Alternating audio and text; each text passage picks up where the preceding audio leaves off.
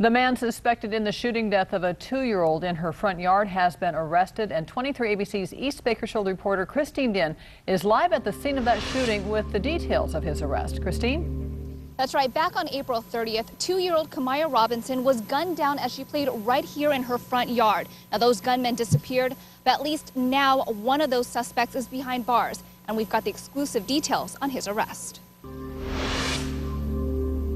For more than 2 months, Anthony Chacon managed to elude police.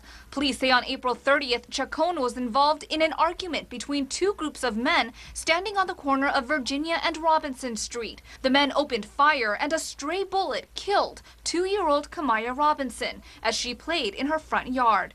Chacon disappeared, but was arrested Sunday by police in the U.S. border town of Calexico. It appeared that he was in Mexico, and the Mexican authorities stopped him over there. Decided probably to run his name. Calexico PD Lieutenant Gonzalo Gerardo says that's when the Mexican authorities discovered Chacon was wanted in the U.S. and had Calexico PD pick him up at the port of entry. If the Mexican government knows that you are a wanted person, they'll deport you as an undesirable if you're not a Mexican citizen. It's unknown how long Chacon was in Mexico. In this case, it looks, this guy was in Mexico. It appears that he had no relatives out there because, he's got everything here in the U.S.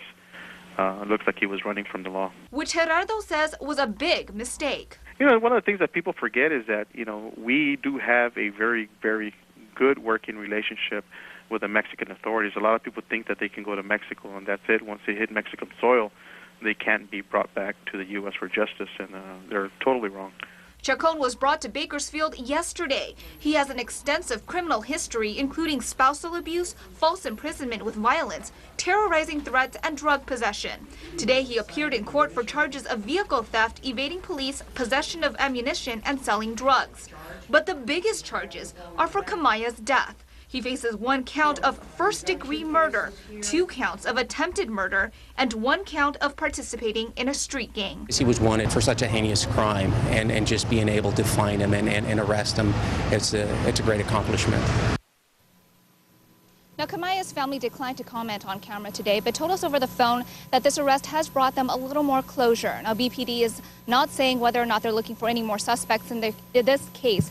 Chacon is scheduled to be arraigned in court for the murder tomorrow afternoon. Live in East Bakersfield, I'm Christine Din, 23 ABC.